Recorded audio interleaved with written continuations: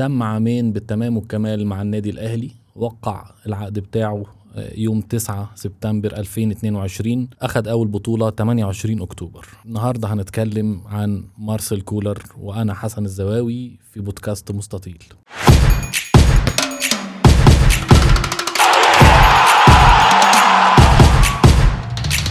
كانت أول نجاح وأول بطولة ما خدتش منه أكتر من حوالي 40 يوم، وبدأ ياخد البطولات وتوالت الإنجازات والبطولات. مارسيل كولر ظاهرة كبيرة دلوقتي، كل الأهلاوية بيعشقوه، وأكتر جمهور الأهلي مؤمن بيه وحط ثقته فيه. يمكن ده ما حصلش في أوقات كتير مع مدربين مهما خدوا البطولات. وطبعا أي حد مع النادي الأهلي أو أي مدير فني مع النادي الأهلي معروف إن هو مع أول يوم بيبدأ البطولات، يبدأ ياخد بطولات وبياخد. يعني مارسيل كولر لحد دلوقتي واخد 11 بطولة مع النادي الأهلي في عامين بس. النهاردة مش هنتكلم كتير عن الأرقام والإنجازات والحاجات دي، يمكن ناس كتير مش هيبقى فيها جديد، لكن النهاردة أنا عايز أتكلم على مارسيل كولر، على أهم الطرق التكتيكية وقناعات مارسيل كولر وإدارته لفترات الانتقالات وشراء اللعيبة، وإزاي بيتحكم في اللعيبة وبيتحكم في أوضة اللبس. القاتل الباسم يعني زي ما الناس كتير بتقول على مارسيل كولر. الراجل بمنتهى البساطة تلاقيه يعني رازع الفرقة اللي قدامه 3-0 أو 4-0،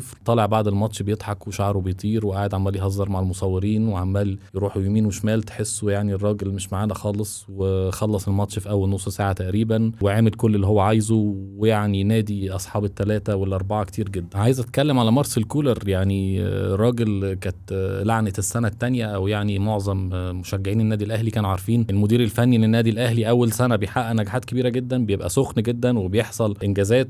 وفي بعض الناس المشككين اللي بيتكلموا إن يقول لك إن مدير الفني النادي الأهلي بأي 11 أو أي مدير فني أنت هتجيبه هو كده كده لعيبة النادي الأهلي جامدة ولعيبة كبيرة وبيقدر يحقق معاهم بطولات حتى لو مفيش مدير فني بره. طبعا ده بعيد تماما عن الواقع، وكفنيات دي حاجة مش مظبوطة تماما، لأن دلوقتي الكرة الحديثة بقت صعبة جدا، قل فيها الإبداع، يعني التأثير الفردي بتاع اللعيبة، ان يكون قدامك لاعب قوي او ان انت يكون عندك لاعب كويس جدا او عندك لاعب تكتيكيا قليل لكن فنيا كويس جدا. ده كان ممكن يمشي زمان، لكن دلوقتي اغلب الفرق حتى الفرق الافريقيه دلوقتي بقى عندها وعي تكتيكي وبقت تعرف تقف في الملعب وبقت تقفل عليك الجيم. ده ما منعش مارسيل كولر ان هو يقدر ياخد بطولتين افريقيا ورا بعض، حقق فيهم ارقام قويه جدا، قدر ان هو يعني يكسب اغلب الفرق بطريقه يعني هنقول يعني بسهوله شويه. بالنسبه لي ابرز المحطات بتاعه مارسيل كولر مثلا ماتش زي ريال مدريد في كاس العالم للانديه، في ماتش الاتحاد نادي اتحاد جده في كاس العالم للانديه برضو، والاهم بالنسبه لي كان مباراه فلومينينزي البرازيلي في كاس العالم للانديه، الفرقه اللي يعني استعصت على مانشستر سيتي ولعبت على مانشستر سيتي جيم كبير جدا، لولا الفرديات الكبيره ولولا فوارق الكواليتي قدروا ان هم يخطفوا الماتش. لكن انا شايف مارسيل كولر عامل كيمياء كويسه وقادر ان هو باقل يعني مجهود، او يمكن هو الراجل بكميته بشخصيته البسيطه وتواضعه، تواضعه يعني فعلا مدير فني متواضع جدا، عمرنا ما شفناه بيتكلم بطريقه وحشه مثلا مع صحفيين او اي حاجه زي كده. بالعكس دايما بيطلع بيرد مثلا صحفيين بتساله اسئله غريبه شويه اللي متعودين عليها في المؤتمرات الصحفيه بتاعت الدوري المصري الشامبيونز ليج او الايجيبشن ليج. وعجائب الايجيبشن ليج تلاقي واحد بيسال اسئله غريبه، لكن رغم كده الراجل صدره رحب جدا، وراجل هو بعقلية وهدوء الستينات كده عندنا، يعني الراجل تحسه لسه مصلي العصر وجاي وعادي جدا، تلاقيه هادي وبيرد بكل هدوء وبيضحك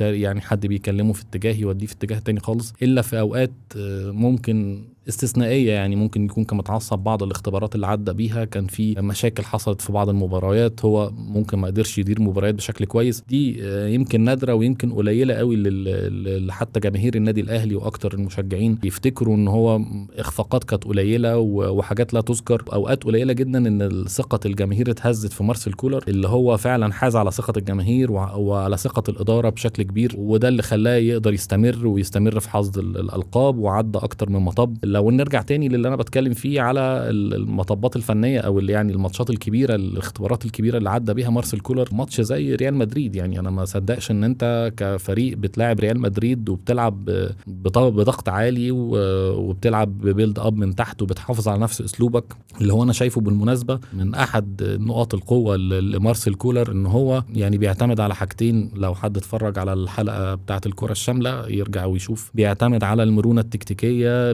بيعتمد على البيلد اب من تحت في اصعب الماتشات، بيحاول يبني من تحت وبيحاول يعتمد على المدافعين. لما كان موجود محمد عبد المنعم كان بيقدر يساعده في حاجه زي دي. هنيجي للتكتيك دلوقتي بشكل مفصل والحاجات اللعيبه الاحتياجات الفنيه اللي هو كان بيحتاجها كولر في اصعب لحظاته وهو بيلاعب ريال مدريد. انا كنت بشايف يعني الشوط الاول كان عدى، لو حد يفتكر الماتش ده لان انا بالنسبه لي عمري ما انساه، كان بيقدر يضغط على الدفاع بتاع ريال مدريد وبيقدر يعمل بيلد اب من تحت على انشيلوتي ريال مدريد بكل نجومه العظام وفي يعني في اعلى وقت فني ليه. يمكن كانت السنه الاقوى، كمان اقوى من السنه اللي احنا فيها دلوقتي. كان عنده توني كروس وكان عنده لعيبه كتير جدا، وكان برضو فينيسيوس، وكان لعيبه كلها كانت موجوده، وكان في كريم بنزيما، وكان يعني اكبر اللعيبه كانت موجوده. ورغم كده قدر يعمل قدامهم مباراه كويسه جدا. وانا فكرت بين الشوطين خلاص ان احنا خلاص الماتش خلص على كده، ونزل وبادر بالهجمات ولعب برضو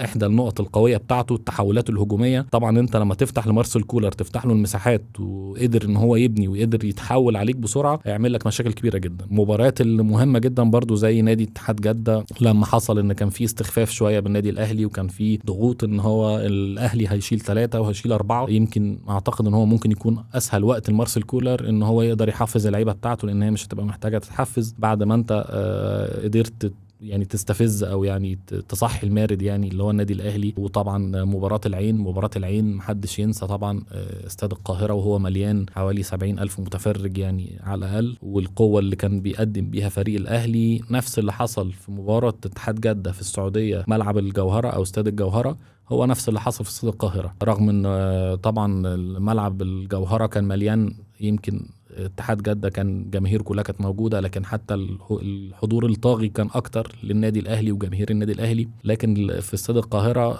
حضر حوالي 70,000 متفرج في مباراة العين اللي يعني الناس كلها كانت مرعوبة، وأكتر المتفائلين ما كانوش ينتظروا فوز 3-0 إلا طبعا جماهير النادي الأهلي اللي عندها ثقة كبيرة، وفي ناس كتير جدا كانت متوقعة النتيجة رغم وجود نجوم كبيرة جدا. يعني عنده يمكن 9 محترفين على أعلى مستوى ولاعيبة من يعني يمكن كواليتي مختلف شوية عن النادي الأهلي بيلعب ممكن كان بيبقى عنده 2 لعيبة بس محترفين موجودين في الملعب، لكن ب9 محترفين و8 محترفين. نادي العين كان بيلعب، لكن كان بيلعب في ظروف كلها كانت ضده بسبب حضور جمهور الأهلي الطاغي. الاستاد كله كان لونه أحمر. أنا شفت إن مثلا فريق العين لعب في الظروف دي قبل كده، لعب في ظروف مشابهة كشكل، انما كأداء وتفاعل من الجماهير ما اعتقدش ان هو مر بالظروف دي قبل كده. حتى الراجل خط الوسط بتاع فريق العين كان الكوري ده بعد الماتش انا سمع يعني فاكر ان هو ادلى بتصريح شهير ان هو بعد الماتش قال انا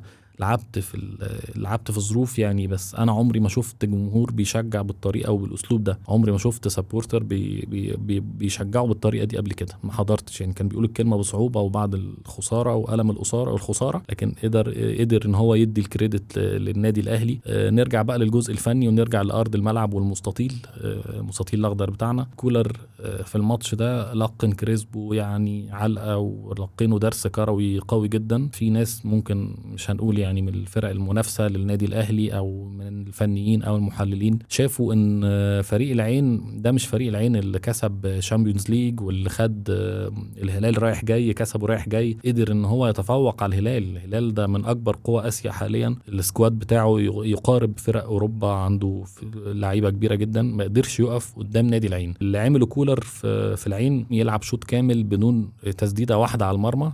ايوه فعلا ولا تسديده بقياده سفيان رحيمي. يعني سفيان رحيمي للجماهير الاهلي لحد دلوقتي بتندم ان هو ما اشتريتهوش، وان كانت يعني مستنيه. انا نفسي كنت بتفرج على ماتش العين والهلال قبل مباراة الأهلي واتفرجت على سفيان رحيمي تقريبا يعني أي كورة بتيجي في رجله هي عنوان الخطورة. أي كورة فريق العين بيدور على سفيان رحيمي، هو اللي بيقدر يخلق الخطورة، وأي كرة في رجله هي خطرة جدا. ويمكن ده اللي بدأ منه مارسيل كولر، وقدر يحط سفيان رحيمي، حطه في الأسر تقريبا، يعني إن هو الراجل ما كانش موجود تماما، ما جاش الماتش، ما نزلش ملعب خالص. أحد أهم اللعيبة العربية حاليا، ويمكن راجل وصل قيمته السوقية حوالي 8 أو 9 مليون دولار.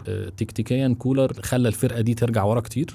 فريق العين أنا كنت شايفه إن هو التحولات بتاعته صعبة جدا. يعني الفرقة دي انت لو سبت لها مساحات، هم عندهم الاثنين فول باكس بتوعهم عندهم سرعات كبيرة جدا، بيسيبوا فراغات كتير تحتهم. قدر كولر ان هم بيلعبهم في اضعف مراحلهم، الماتش كله بيبنوا الهجمة اللي هي اسوأ مراحل الفريق اللي قدامك. وده طبعا راجع لان انت عندك تيم تحليل كويس جدا، لان الكورة عندنا 3 مراحل. انت عندك المرحله الاولى ان انت تبني اللعب، والمرحله الثانيه اللي هي في وسط الملعب اللي هي البروجريشن او ان انت تطور الهجمه، والمرحله الانهاء ان انت في الفاينل سيرد او ان انت تحول الكوره بقى ان انت تدخلها للجون وان انت تعمل الفينيشنج نفسه. مارسيل كولر درس الفرقه دي بشكل كويس جدا، خلى الفريق اللي قدامه يلعب مرحله لعب واحده بس، وده بعيد عن تاثير الجماهير. لا انا جوه الملعب، لان في ناس كتير حتى الناس الجمهور العين نفسه كان بيتكلم ان هو جمهور الاهلي هو سبب كل حاجه. طبعا كان سبب وكان عامل كبير جدا، وانا واحد من الناس اللي بتحضر الماتشات في الاستاد. جمهور الاهلي طبعا معروف ان هو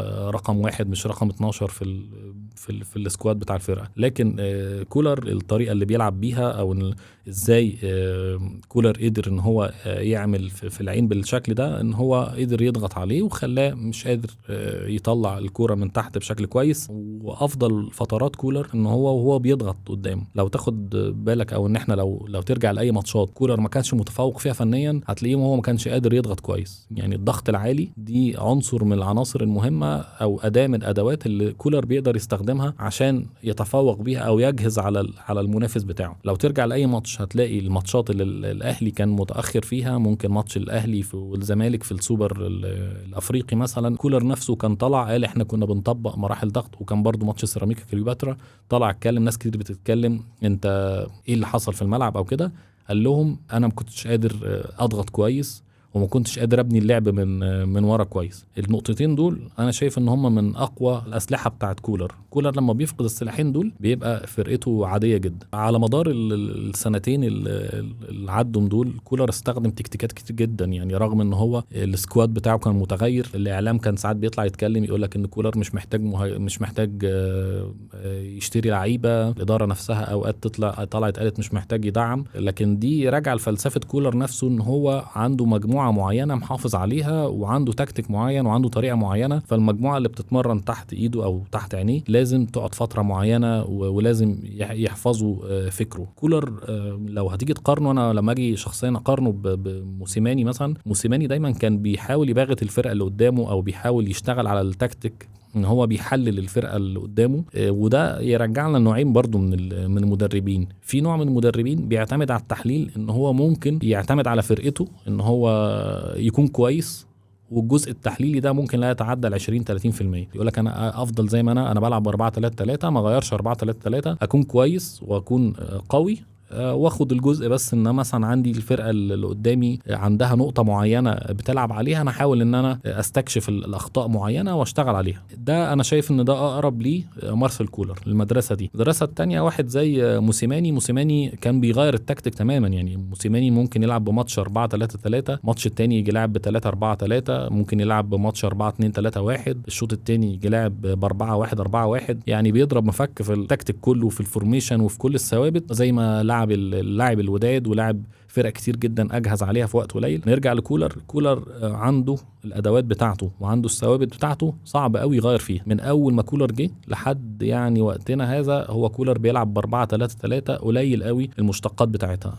اول ما جه لعب كان عنده السكواد بتاعه، كان عنده حمدي فتحي وديانج، يعني تقريبا موفرين له كل اللي هو محتاجه، وكان قادر ان هو يطبق كل اللعب بتاعه من الاساليب اللي هو كولر بيعتمد عليها، منها الضغط العكسي. اول ما الكرة تتقطع او اول ما الفريق التاني يسترجع الكرة او اللي هي تعتبر حالة التحول الدفاعي، او ان انا يا كولر يعني كالنادي الاهلي ان هو يكون في حالة هجومية وبعد كده هيتحول الحالة الدفاعية. فاثناء الوقت ده هو بيعمل ضغط عكسي، يعني اللي هو بيبقى الفترة اللي بتبقى تقريبا اغلب الفرق اللي قدامك كلها بتبقى في وضعية ضعيفة جدا. فكولر كان بيعتمد على 2 عندهم ورك ريت عالي جدا، عندهم قوة بدنية كبيرة جدا، ديانج وحمدي فتحي. حمدي فتحي هم دول بالنسبة له قدر في السنة الأولى تقريبا قدر يشتغل عليهم، وهم دول اللي كانوا بيسترجعوا له الكرة بشكل كبير وكانوا بيقدروا يرجعوا له الاستحواذ تاني. لما حصل ان ديانج بدأ مستواه يتراجع شوية، حمدي فتحي مشي، يعني زي ما بيقولوا حصانة في الملعب كده زي ديانج وزي حمدي فتحي، فبدأ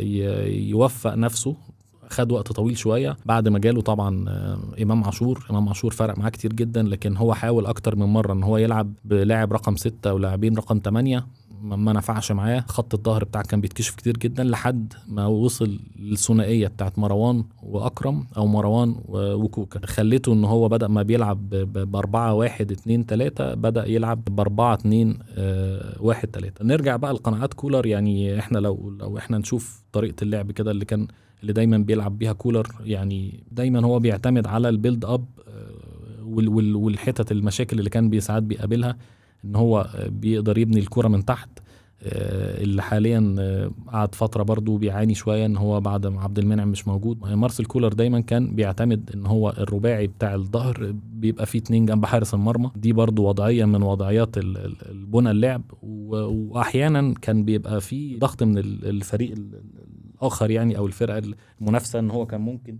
يوقف في 2 لعيبة قدامك، او لو كان الفرق التانية لما كانت بتضغط ب3 لعيبة كان بيعمل لك مشاكل كبيرة جدا، لان انت كان بيوقف لك 2 قصاد ال2 اللي بيبنوا اللعب او ال2 اللي هم مختصين يعني بيطلعوا الكورة من تحت. لما كان بيضغط ب3 كانت دي مشاكل مارسيل كولر دايما بتبدأ من النقطة دي، لما كان بيبقى في 3 كده في المنطقة دي. 3 دول زي ما شفنا في ماتش الزمالك لما جوميز عمل نفس القصة، ولما برضو سيراميكا كليوباترا لعب بنفس الطريقة دي.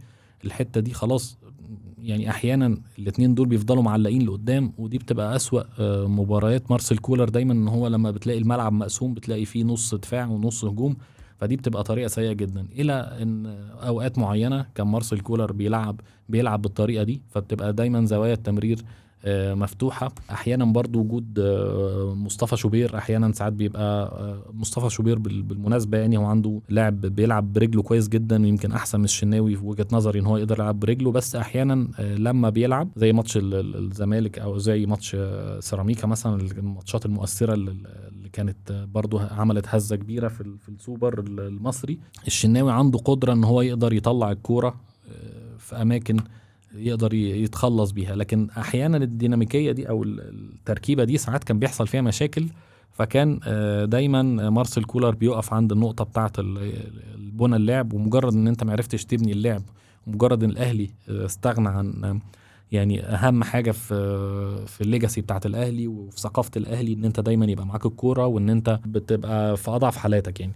فأنا عايز برضه اتكلم على بقية التكتيك عشان اتنقل لنقطة تانية لشخصية مارسيل كولر، اللي هي بالمناسبة لا تقل أهمية عن الجزء التكتيكي. خلاص مارسيل كولر دلوقتي بقى بيلعب ب2-6، وبقى عنده اللاعب ال8 اللي هو كان أحيانا لما بيلعب إمام عاشور لاعب 8 كان بيأدي بشكل كويس، لكن احيانا كان كولر ساعات بيخترع وبيحاول يلعبه جناح، كان بيبقى ماتشات سيئة جدا لما كان بيبقى محتاج ان هو ينزل قفشه معاه، يعني احيانا كانت بتمشي واوقات كتير جدا ما كانتش بتمشي كويس، خصوصا لما بيكون عندك واحد من اللعيبه ال3 دول اللي هم يعتبروا العمود الفقري بلعبه 4 يعني بطريقه 4-3-3. لما بيكون عندك لاعب اوف يعني او دي اوف خلاص اوف داي خلاص هو مش موجود معاك الماتش ده، مستوى اقل شويه، فالموضوع بيبقى فيه مشاكل. يعني مارسيل كولر في النقط دي يمكن لو احنا هنتكلم على السمات بتاعته ان هو دايما بيحب يطلع الكرة من ورا، فبيبقى عنده مشاكل دايما لما بيكونوا الاثنين السنتر باكس بتوعه ما عندهمش كرة كويسة. احيانا زي ما احنا قلنا خط الوسط بيبقى فيه مشاكل. حاليا دلوقتي كولر وصل لمرحلة ان هو خلاص بيلعب ب2-6، منهم كوكا او منهم ساعات بيبقى اكرم، لكن بجانب مروان دايما من السمات اللعب بتاعت مارسيل كولر اثناء الاستحواذ على الكوره او اثناء الحيازه نفسها بتلعب بثلاثي هجومي، ثلاثي هجومي دايما الانفيرتد وينجز، او ان انت عندك الاجنحه العكسيه دايما. لو تاخد بالك حسين الشحات وتاو دايما بتلاقي رجليهم جوه الملعب. دي حاجه من الثوابت اللي كولر ما بيغيرهاش. يعني من الحاجات اللي احنا زي ما اتكلمنا على خط الظهر، احنا بنتكلم على خط الوسط برضو، على الثلاثي ان عنده حصل فركشه كتير في الثلاثي بتاع الوسط. عنده الثلاثي الهجومي برضو الاعتماد دايما ان هم دايما للتسديد، يعني الثلاثه دول بيعملوا اوفرلود وبيعملوا دايما زحمه في المنطقه بتاعه ال18. وهتلاقي مارسيل كولر خلال السنتين كل الوقت بتاعه عمره ما هيلعب حد بيلعب بيمينه ناحيه اليمين او حد بيلعب بشماله ناحيه الشمال، باستثناء التألق الاخير اللي حصل طبعا لطاهر محمد طاهر، ان هو راجل بيلعب بيمينه كويس وشماله كويس. دي يمكن انا استغربتها لما لقيته بيلعب طاهر طبعا كان قدم مستوى كويس جدا وقدر في فتره قليله يعمل مساهمات كبيره، وصلت ل6 مساهمات تقريبا في وقت قليل. لكن هو دي انا شايف ان دي بره قناعات كولر. برضو نيجي للحته بتاعه المهاجم ومهاجم النادي الاهلي وصفقات النادي الاهلي، وليه الاهلي ما بيجيبش صفقات. والمهاجم بقى لنا 4 سنين تقريبا بندور على مهاجم لحد ما جالنا الراجل الفدائي وسام ابو علي طبعا. انا لما كنت بشوف مارسيل كولر دايما الاخبار بتطلع ان هو بيتكلم على سوزا، كان من الاسماء الشهيره جدا اللي طرحت ان هو كان راجل متمسك بسوزا البرازيلي اللي هو بيلعب في جيمبوك الكوري. تعاقدات ما قدرتش تجيبه بسبب يعني اسباب ما. وقت كتير قوي الناس مش عارفه كولر في دماغه ايه، لحد ما جه وسام ابو علي بالنسبه له، واللاعب يمكن الوحيد اللي جه من فتره تعاقدات نزل ارضيه الملعب على طول. وسام ابو علي من اول ما جه وهو رجله نزلت الملعب، ده يبين لك ان كولر هو اللي مختاره، وكولر عنده وجهة نظر فيه. ممكن تقيس ده على لعيبه كتير جدا، مثلا زي عمر الساعي، زي يوسف، زي لعيبه كتير. ساعات هو بيحطهم في التلاجة شويه، بيفضل قاعد معادهم بره شويه يتمرنوا كتير تحت ايده لحد ما يشوف ان هم وصلوا للانسجام او وصلوا للتكتيك والحاجات المطلوبه منهم بتتعمل. لكن وسام ابو علي انا بالنسبه لي هو ده الايديال، او ده يعتبر، او انا عارف ان هو ممكن يكون ايديال بالنسبه للفرق كتير ومطلب كبير لاي نادي، لاي فريق طبعا يتمنى يبقى عندك لاعب زي وسام ابو علي، اللي يعتبر نجاح قوي جدا للسكاوتنج والاداره بتاعت النادي الاهلي، ان تقدر تجيب لعيب يتسجل كلاعب وطني في نفس الوقت لكن لعيب قوي جدا ما شاء الله. يعني احنا لو هنرجع نشوف وسام ابو علي، لو انت هتيجي تقيس كده وسام ابو علي لما تيجي تقيسه في جميع مراحل اللعب، انت لما تجيب وسام ابو علي لما بينزل مثلا الكوره بتكون تحت دلوقتي الكوره وسام ابو علي رقم 9 بالمناسبه. فوسام ابو علي مراحل اللعب، وسام ابو علي لما ينزل معاه مدافع وراجل ماسك معاه عامل عليه مان ماركينج وراجل ممسوك لحد الاخر، هتلاقي وسام ابو علي بيأدي بشكل كويس، وهتلاقي عنده قوه بدنيه كويسه جدا، وراجل عنده بيعرف يعمل بروتكشن للكوره، بيقدر يحمي الكوره بتاعته حتى لو مهاجم قوي جدا بيقدر يبني اللعب. فهو من اول مراحل بنى اللعب، من اول تحت خالص، من اول بنى اللعب وفي المرحله بتاعه البروجريشن، هتلاقي الراجل ده كمهاجم ينزل نص الملعب هتلاقيه بنفس الاداء بتاع منطقه ال18، هتلاقي كورته حلوه، هتلاقي وعنده مقاومات. لان انت لما بتنزل لاعب في وسط الملعب بيتعرض لحاجات تانية خالص. يعني انت لما بيتحط في المنطقه الدفاعيه او بيتحط في المنطقه الهجوميه بيتعرض لحاجات، بيبقى المدافعين بيتعاملوا معاك بشراسه كامله، ما عندكش مساحات. لكن في وسط الملعب انت عندك الملعب واسع جدا، ما عندكش لعيبه جنبك، ساعات الفرقه بتحتاج تطلع عليه، ساعات الشناوي لما بيكون الكرة معاه وعايز يخلص منها او مش قادر يطلعها على الاطراف، بالنسبه له وسام ابو علي او حسين الشحات دايما بينزل لما بيكون بيلعب شمال، ده بالنسبه له مخرج. محمد هاني كان احيانا وقت كبير جدا لما بيطلع يستلم الكرة على الخط. الحل الامثل لفتره ما وسام ابو علي بيتميز بالطول، رغم ان هو الراجل ما شاء الله طويل جدا لكن رشيق. يعني هو خطوته برجال واسع، سريع مش بطيء، يعني رغم طوله عنده سرعه، عنده الستارت كويس جدا. في لعيبه ممكن تبقى سريعه بعد 2-3 متر، وسام ابو علي هتلاقيه من اول متر، من اول عنده الستارت بتاعه هتلاقيه راجل سريع وبيطلع من على الارض كويس جدا. هتلاقيه الكرة في رجله سلسة، مهاري، كورته حلوة، بيوصل للمرحلة بتاعت البروجريشن دي شفناه في اوقات كتير جدا بيعمل اسيست، وبيقدر يعني عنده فيجن كويسة، وبيبقى شايف الملعب، شايف يمين الملعب وشمال الملعب، وقادر زي لما اتكلمنا على ماتش العين كده لما كان في الراجل عمل 2 اسيست في الماتش ده. راجل عنده فيجن كويسة جدا، بيعرف يلعب لمين ويلعب لمين ازاي، ولو هو جاي بوشه فهو عنده قدرات كويسة. يعني هو بعد ما بياخد الكورة وخلاص في المنطقة بتاعت وسط الملعب، هو هتحسه بلاي ميكر، بيلعب بشكل كويس. ما تحسش ان في جرار زراعي نازل ياخد الكورة، او في حد يعني ايه مقطورة زي ما الناس بتقول كده، زي مثلا زي المهاجم اللي قبل كده مودست. يعني الواحد ناسي اسمه بس عشان يمكن الصدمة. فمودست برضو كان ملاعب فعلا حرفيا جرار زراعي. يعني لو طلع من 18 فتحس ان هو بعد ما كان بيلعب مثلا الراجل 9 من 10 هو مثلا جوه 18، اول ما بيبدأ ينزل تلاقي الارقام بتنزل معاك لحد ما يوصل لحد مثلا لو وصل نص الملعب تحس وصل ل0 بقى، خلاص بقى بيلعب مع الفرقة التانية. مودست طبعا مش عايزين نقيس عليه لانه بعيد قوي عن وسام ابو علي، لكن وسام ابو علي نقدر نقول عليه ان هو راجل مثالي او مطلب من اللي بيطلبهم كولر بقاله سنين.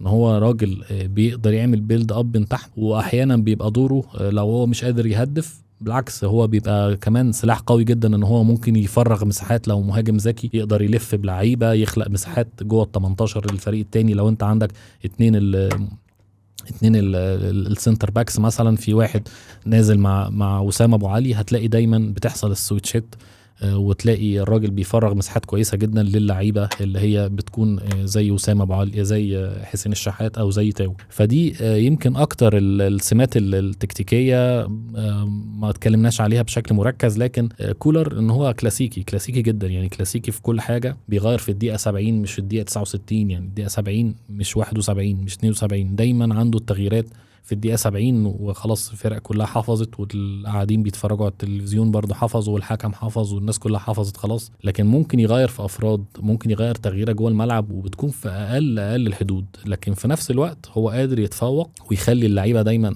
كون إن اللعيبة كلها في فورم كويسة. زي ما في ناس بترجع السبب ده ساعات للمشكلة دي انها للمدرب او التمرين ممكن ما يكونش في احسن حالة، لكن كولر اوقات كتير اللعيبة كلها ممكن تكون في الافريج وتكون لعيب ممكن مش توب ليفل بتاعه، بس في نفس الوقت هتلاقي الاداء المنظومة الجماعية شغالة بشكل كويس. كولر عامل الانسجام كامل يعني في الاهلي في القصة دي، وان هو في نفس الوقت الفرقة منظمة، لكن تلت الامامي دايما هتلاقي فيه بيسيب الابداع دايما للمهاجمين والجناح. حسين الشحات وتاو والحاجات دي بيسيب لهم تماما، لدرجه احيانا انا بشوف ان ساعات ما بيبقاش عنده تنظيم هجومي قوي الفرقه.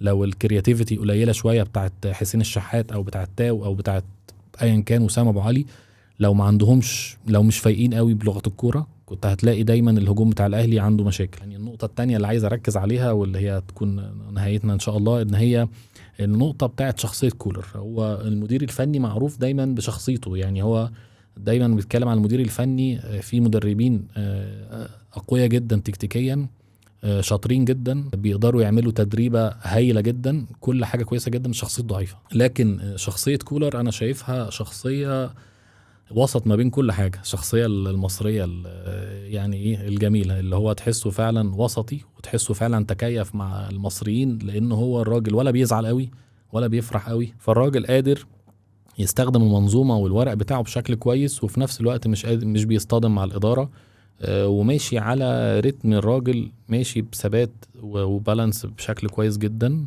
حتى لو خسر ماتش، حتى لو تعادل ماتش ما تحسش ان اخر الدنيا. ودايما كولر عند مستوى حسن ظن الجماهير، ونتمنى دايما كده ان احنا نشوف مدربين في الدوري المصري بالشكل ده. وتحية كبيرة لمارسيل كولر في ختام حلقتنا، ونشوفكم الحلقة الجاية ان شاء الله.